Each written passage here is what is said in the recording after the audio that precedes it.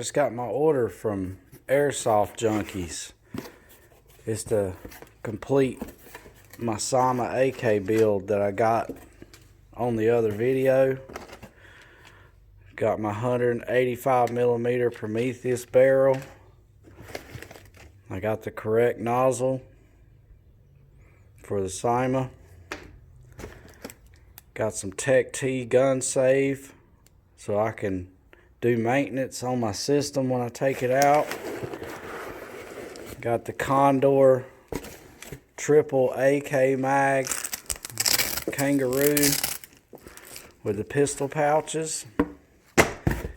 And I got an extra tank because since this virus stuff has happened, I'm out of air and there's nowhere to get any air. So I got an extra tank.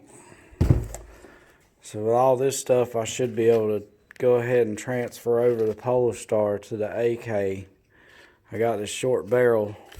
It's got a 260 in it, but yeah, that's my little $170 Airsoftjunkies order. I'll do a video of all the accessories laying beside the gun next. Anyway, thanks for watching.